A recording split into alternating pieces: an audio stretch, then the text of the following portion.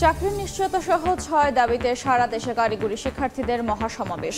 ৪৮ ঘন্টার মধ্যে পূরণ না হলে ঢাকামুখী লং মার্চের হুঁশিয়ারি।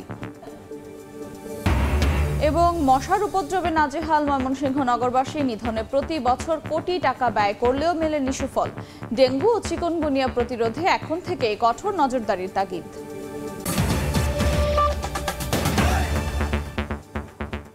বাংলার সময় সঙ্গে আছে আমি আফরোজা মৌকুশি। ৬ দফা দাবি আদায়ে ঢাকাসহ জেলা ও বিভাগীয় শহরে মহাসমাবেশ করেছে পলিটেকনিক ইনস্টিটিউটের শিক্ষার্থীরা। তারা বলেন, আলোচনার নামে তাদের সঙ্গে প্রতারণা করেছে কর্তৃপক্ষ। ৪৮ ঘন্টার মধ্যে দাবি না মানলে লং মার্চ টু ঢাকা কর্মসূচির ডাক দেন আন্দোলনকারীরা। ৬ দফা দাবি আদায়ের টানা আন্দোলনে পলিটেকনিকের শিক্ষার্থীরা এক একদিন এক এক কর্মসূচি নিয়ে রাজপথে তারা। স্লোগান, মিছিল, সমাবেশে দাবি মেনে নেয়ার আহ্বান। রোববার কেন্দ্রীয় কর্মসূচির অংশ হিসেবে রাজধানী সহ সারা দেশে মহাসমাবেশ করেন পলিটেকনিক শিক্ষার্থীরা। বলেন, ৬ দফা বাস্তবায়ন না হলে রাজপথ ছাড়বেন না তারা। যতক্ষণ পর্যন্ত আমাদের আন্দোলন সফল না হচ্ছে, আমাদের দাবি না মেনে নেওয়া হবে, ততক্ষণ পর্যন্ত আমরা রাজপথ ছাড়বো না। আমরা সারা বাংলাদেশের পলিটেকনিক ভাইদেরকে ঐক্যের আহ্বান জানাই। ৬ দফা দাবি যতদিন পর্যন্ত না বাস্তবায়ন হচ্ছে, আপনারা রাজপথে থাকবেন। ৪৮ ঘন্টার মধ্যে দাবি মেনে না নিলে লং মার্চ টু ঢাকা কর্মসূচি পালনের হুঁশিয়ারি দেন আন্দোলনকারীরা। আগামী ৪৮ ঘন্টার ভিতরে কোনো সমাধান না দিন, তবে আমরা ৪৮ ঘন্টার মধ্যে লং মার্চ টু ঢাকা পালন করব। ঢাকা ছাড়াও জেলা ও বিভাগীয় শহরের বিভিন্ন সড়কে মিছিল করে সমাবেশ করেন শিক্ষার্থীরা। আলোচনার নামে কর্তৃপক্ষ প্রতারণা করছে অভিযোগ করে ক্ষোভ জানান তারা। তারা আমাদের সাথে প্রতারণা করেছে, আমাদেরকে ডেকে মাথায় হাত বুলিয়ে আশ্বাস দিয়ে আবার বাড়ি ফিরেছে। একজন ইন্সট্রাক্টর সে তো শিক্ষক হতে পারে না, সে যদি শিক্ষক হয় আমাদের শিক্ষা ব্যবস্থাটা ধ্বংস হয়ে যাবে আস্তে আস্তে। মহাসমাবেশ থেকে কুমিল্লা পলিটেকনিক শিক্ষার্থীদের উপর হামলার বিচারের দাবি জানান শিক্ষার্থীরা। এ সময় দাবি মেনে নিলে তারা ক্লাসে ফিরতে চান বলেও জানান। দাবিটা মেনে নিক, আমরা সুষ্ঠুভাবে ক্লাসে যাই, ক্লাস করি। যদি আমাদের এই দাবি মেনে না নেওয়া হয়, তাহলে আমরা এই সম্মেলনের মাধ্যমে আমরা কঠোর থেকে কঠোর আন্দোলনের দিকে অগ্রসর হব। জুনিয়র ইনস্ট্রাক্টর পদে ক্রাফট ইনস্ট্রাক্টরদের অবৈধ পদোন্নতির রায় বাতিল করা, স্বতন্ত্র কারিগরি ও উচ্চশিক্ষা মন্ত্রণালয় প্রতিষ্ঠা ও কারিগরি শিক্ষা সংস্কার কমিশন গঠন করা সহ ৬ দফা দাবিতে আন্দোলন করে যাচ্ছেন পলিটেকনিক শিক্ষার্থীরা। খাদিজা স্বপ্না, সময় সংবাদ। মেডিকেল কলেজে দ্রুত হাসপাতাল চালু, শিক্ষার্থীদের পর্যাপ্ত ওয়ার্ড সুবিধা ব্যবস্থার দাবিতে ক্লাস বর্জন করে আবারও আন্দোলনে সুনামগঞ্জ মেডিকেলের শিক্ষার্থীরা। সকালে মেডিকেল কলেজের সামনে সুনামগঞ্জ সিলেট মহাসড়কের দুই পাশে ব্যারিকেড দিয়ে অবরোধ করেন দ্বিতীয়, তৃতীয় ও চতুর্থ ব্যাচের শিক্ষার্থীরা। এতে যান চলাচল বন্ধ হয়ে তীব্র যানজট সৃষ্টি হয়। পরে সেনাবাহিনীর হস্তক্ষেপে অবরোধ সরিয়ে নেন আন্দোলনকারীরা। দাবি আদায় না হলে আরও কঠোর কর্মসূচি দেওয়ার হুঁশিয়ারি দেন তারা।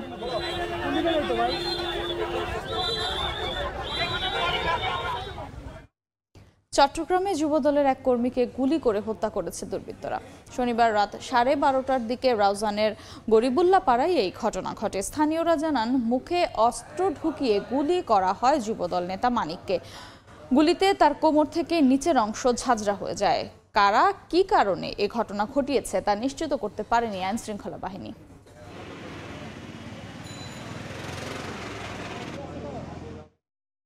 ভাত খাচ্ছিল, তখন ওই কিছু সন্ত্রাসী এসে 15 থেকে 20 জন আমার ভাইকে ওই এলোপাথারি কোপায় আর গুলি করে। এক মহিলা জায়গারে আর আরো সংবাদ দিছে, আইসি দেখছি কোনো মানুষজন নাই, মানে ও লাশ পড়িল। প্রশাসনিক বা আইন আদালতের কাছে বিনীত অনুরোধ করব, সন্ত্রাসী খুনি যে হোক না কেন ওদের বিচারটা যাতে বাংলাদেশের জমিনের মধ্যে হয়। বাংলার সময় আরও থাকছে। যোগাযোগ ও চিকিৎসা সেবা উন্নয়নের দাবিতে রাজপথে বরিশালবাসী, পদক্ষেপ না নিলে দল মত নির্বিশেষে জোটবদ্ধ আন্দোলন চালিয়ে যাওয়ার ঘোষণা। বর্ষা মৌসুমে চট্টগ্রামে আতঙ্কের আরেক নাম অরক্ষিত খোলা খালনালা। নিরাপত্তার অভাবে মৃত্যু ফাঁদে পরিণত হয়েছে খালনালা। সবশেষ গত শুক্রবার রাতে খালে পড়ে মৃত্যু হয় 6 মাসের শিশু সেহরিসের। গত 8 বছরে 11 জনের মৃত্যু হয়েছে। প্রাণহানি ঠেকাতে বর্ষার আগেই টাস্ক ফোর্স গঠন করে পদক্ষেপ নেওয়ার দাবি নগরবিদদের। অনেক বিশ্বাসের ক্যামেরায় শফিকুল আলমের রিপোর্ট। বর্ষা মৌসুমে নালা খালে সিএনজি অটোরিকশা কিংবা পা পিছলে পড়ে বাড়ে মৃত্যুর মিছিল। অরক্ষিত হওয়ায় মরণ ফাঁদে পরিণত হয় খালগুলো। সবশেষ শুক্রবার রাতে নগরীর চকবাজার কাপাসগোলা হিজলা খালে পড়ে প্রাণ হারায় 6 মাসের শিশু সেহরিশ। প্রাণহানির জন্য স্থানীয়রা অরক্ষিত খাল নালাকেই দায়ী করছেন। রিটার্নিং ওয়ালের সাথে রেলিং এর যদি ব্যবস্থা যদি না হয় তাহলে যে কেউ দুর্ঘটনা করতে পারে। বর্ষাকালের আগেই যেন খালগুলো যেন খনন করা হয়। যত ম্যানহোল অরক্ষিত আছে প্রত্যেকটি জায়গায় এই 1.5 থেকে 2 মাসের মধ্যে সমস্ত স্ল্যাব ম্যানহোলের ঢাকনি করে দিতে হবে। জলাবদ্ধতা নিরসনে চট্টগ্রাম নগরীতে চলছে 57টি খাল ও 760 কিলোমিটার নালা খনন ও সংস্কার কাজ চলছে। কালভার্ট ও ব্রিজের কাজও। নগরবিদরা বলছেন দায় এড়াতে পারে না সংশ্লিষ্ট সংস্থাগুলো। সবাইকে নিয়ে একটা টাস্ক ফোর্স গঠন করে ইমিডিয়েটলি দেখতে হবে যে কোথায় কোথায় আমার রেস্ট টাইম ইনভলভ হয়ে গেছে। ড্রেনের দুপাশে গাইড লাইনগুলো এগুলো ইমিডিয়েটলি তৈরির ব্যবস্থা করতে হবে। চট্টগ্রামের জলাবদ্ধতা নিরসনে কাজ করছে সিডিএ, সিটি কর্পোরেশন ও পানি উন্নয়ন বোর্ড সহ 4টি সংস্থা।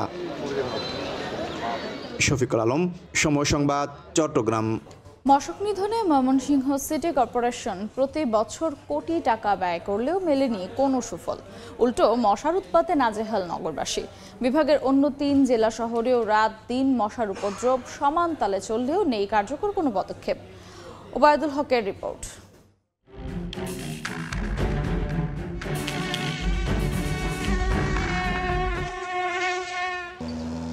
ময়মনসিংহ নগরীতে 2 অর্থ বছরে মশক নিধনে সিটি কর্পোরেশন ব্যয় করেছে প্রায় 1.5 কোটি টাকা। তবে তার কোনো সুফলই পাচ্ছেন না নগরবাসী। মহানগরের ড্রেন আর খাল যেন মশার আবাসস্থল। খালও ঠিকভাবে পরিষ্কার করে না, তারপরে মশার স্প্রেও করে না। ময়মনসিংহ কোথাও আপনি এমন জায়গা পাবেন না যেখানে আপনি 2-1 মিনিট অবস্থান করলে মশা এসে বসবে না। বিভাগের অন্য 3 জেলা জামালপুর, শেরপুর ও নেত্রকোনা পৌর এলাকারও একই চিত্র। খাল ড্রেনগুলো ময়লা আবর্জনায় ভরাট। এসব উন্মুক্ত স্থানেই বংশ বিস্তার করছে মশা। এমনকি কাজ করছে না মশার কয়েল ও ইলেকট্রনিক ব্যাট। কয়েল 2টা করে লাগাই এবং মুসুরি টানাই, তাও থাকতে পারে না। এ নিয়ে গতানুগতিক আশ্বাস কর্তৃপক্ষের। একটা ক্রাশ প্রোগ্রাম করছি 33টি ওয়ার্ডের, যেটা আমাদের 20 তারিখ থেকে এটা শুরু হবে। প্রায় 10 দিন ব্যাপী এই কার্যক্রম চলমান থাকবে। আগামী বর্ষা মৌসুমে ডেঙ্গু ও চিকুনগুনিয়ার ভয়াবহ পরিস্থিতি মোকাবিলায় কর্তৃপক্ষকে কার্যকর পদক্ষেপ সহ মনিটরিং জোরদারের দাবি বাসিন্দা ও নাগরিক নেতাদের। ওবায়দুল হক, সময় সংবাদ, ময়মনসিংহ। ঢাকা কুয়াকাটা মহাসড়ক 6 লেনে উন্নীতকরণ এবং চীনা অর্থায়নে 3টি বিশেষায়িত হাসপাতালের একটি বরিশাল বিভাগে স্থাপনের দাবিতে এবার রাজপথে নেমেছে দক্ষিণাঞ্চলের মানুষ। দাবি আদায়ে দলমত নির্বিশেষে জোটবদ্ধ হয়ে আন্দোলন চালিয়ে যাওয়ার ঘোষণা দিয়েছেন তারা।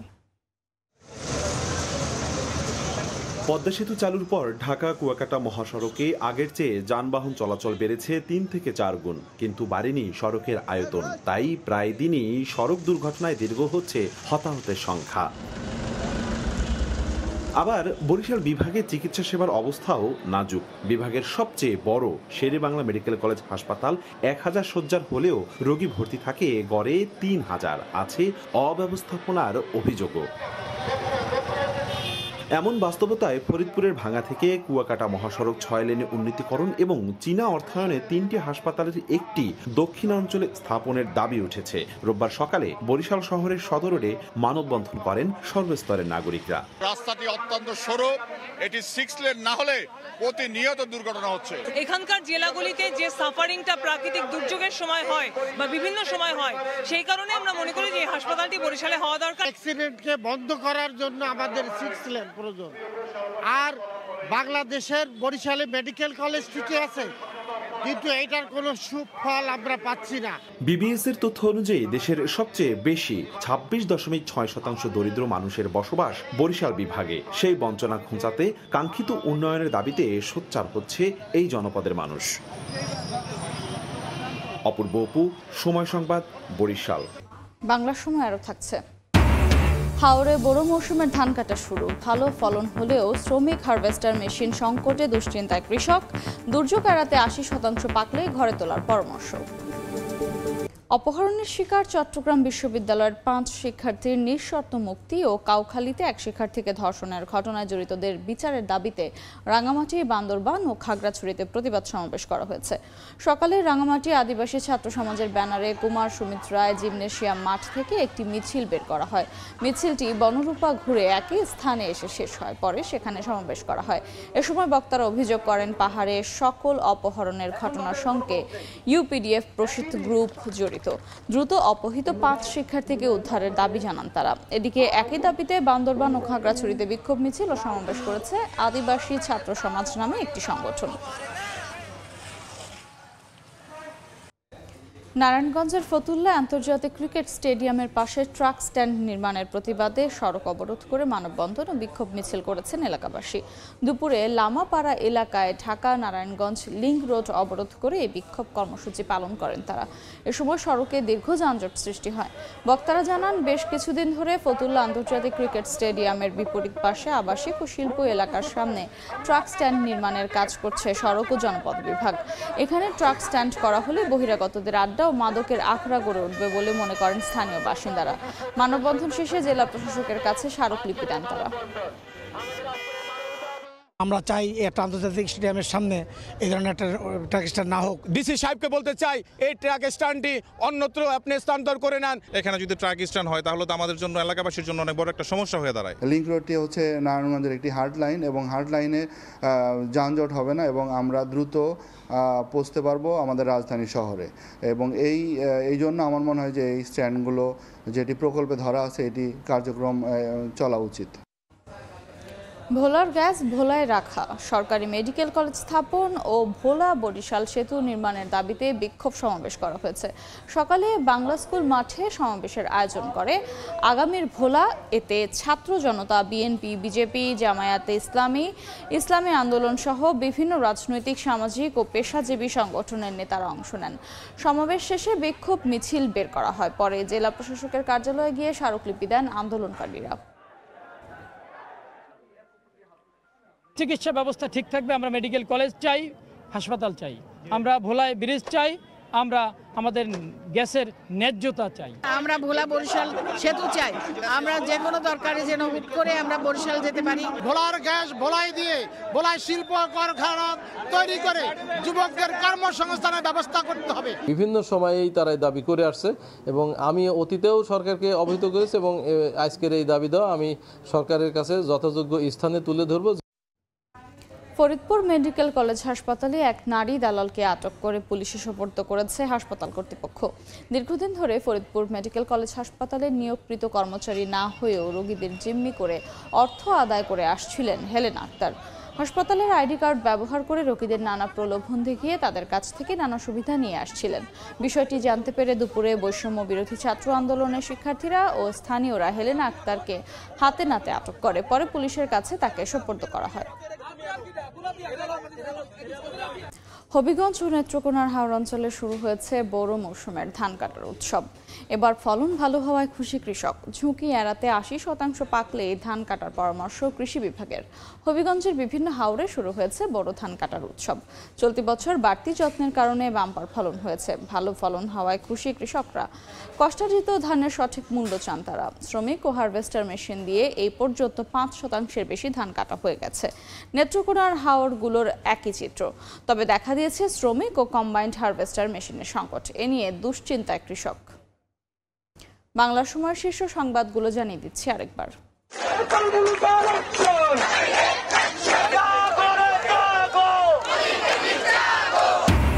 চাকরির নিশ্চয়তা সহ 6 দাবিতে সারা দেশে কারিগরি শিক্ষার্থীদের মহাসমাবেশ। 48 ঘন্টার মধ্যে পূরণ না হলে ঢাকামুখী লং মার্চের হুঁশিয়ারি।